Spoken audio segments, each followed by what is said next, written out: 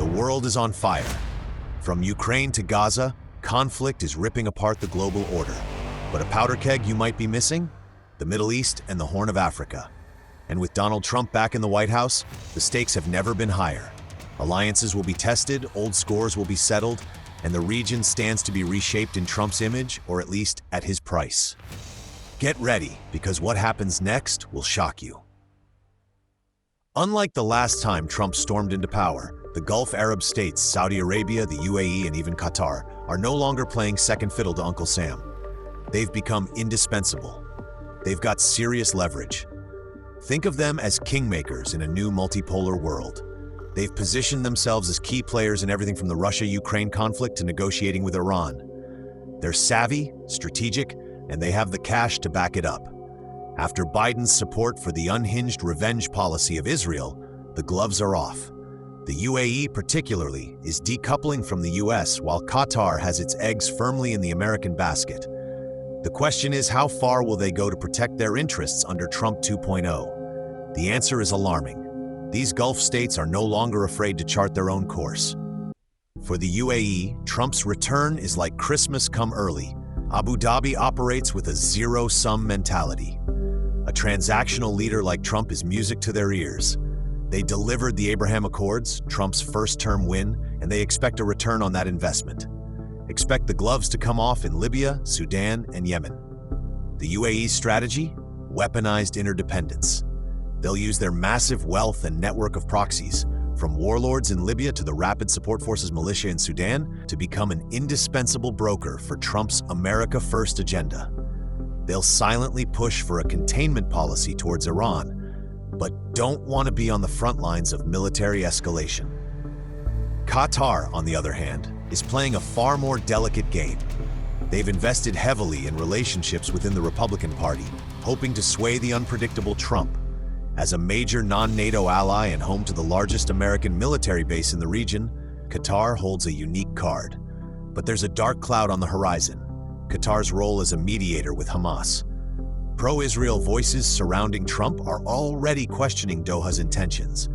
Can Qatar deliver a Gaza deal that satisfies Trump's deal-maker instincts? Or will they be cast as an obstacle to peace, a dog wagging the tail of US foreign policy? It all rests on whether Trump can strong-arm Netanyahu, something Biden seemingly failed to do.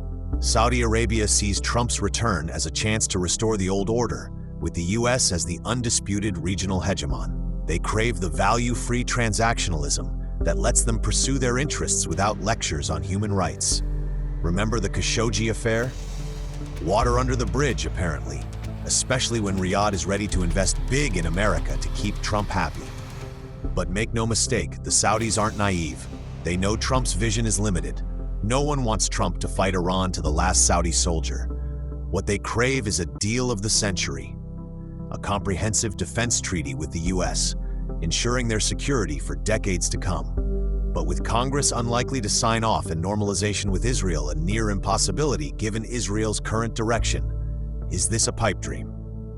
Beyond the Gulf, Trump's shadow looms large over the Horn of Africa.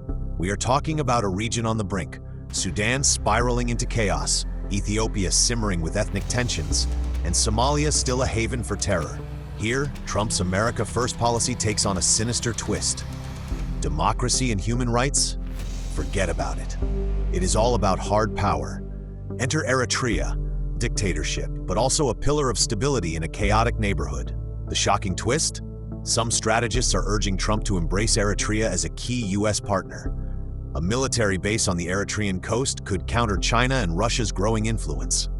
Trump could play a dangerous game, empowering autocrats to contain instability, but at what cost to human lives and regional stability? In this new Cold War, the Horn of Africa is about to become a major battleground. Yemen remains a tinderbox, with the Houthi rebels now a formidable force controlling vital Red Sea shipping lanes. Biden's airstrikes have done little to stop them. Will Trump double down on military action, potentially triggering a wider regional conflict? Or will he see an opportunity for a grand bargain, leveraging the Houthis' power to pressure Iran? Analysts warn that designating the Houthis as a terrorist organization could backfire, hindering humanitarian aid. And if a ceasefire between Israel and Palestine can be reached, perhaps the Houthis will stand down. It remains to be seen how Trump will approach the crisis. But we do know for sure, whatever path is chosen, there will be a high price to pay. But here's where the story gets even messier. Saudi Arabia and the UAE, ostensibly allies, are increasingly at odds, fueled by competing ambitions and diverging visions for the region. From Syria to Sudan to Yemen, their competing interests have fueled proxy wars and deepened conflicts. Egypt backs the Sudanese Armed Forces SAF, while the UAE support the Rapid Support Forces. And while the Saudis strive to become regional peacemakers, the UAE work to undermine this. Will Trump's transactionalism exacerbate these rivalries? Will he pick a favorite, or simply play both sides for maximum profit? Only time will tell. But one thing is certain, the rivalry between Saudi Arabia and the UAE will shape the future of the Middle East and Africa for years to come. In the end, the Palestinian issue remains the biggest wildcard. Trump's unwavering support for Israel has already destabilized the region. A new plan pushing for the resettling of Palestinians could trigger a domino effect of unrest. Saudi Arabia has already flatly rejected this, stating there will be no deal with Israel until there is a free Palestinian state. The Gulf states all agree that Trump will need to balance this, but will Trump listen? And if not, will these US allies stand up to him? So what's the bottom line? Under Trump 2.0, the Middle East and the Horn of Africa are poised for a period of unprecedented upheaval. Alliances are shifting, conflicts are escalating, and the US is increasingly seen as a transactional partner, willing to sell its influence to the highest bidder. Will Trump be a force for chaos, exacerbating existing tensions and empowering autocrats? Or will he surprise us all, forging a new path towards stability, however cynical the means? One thing is clear, the stakes have never been higher, and the world is watching. But can the world afford to look away? The answer, my friends, is a resounding no.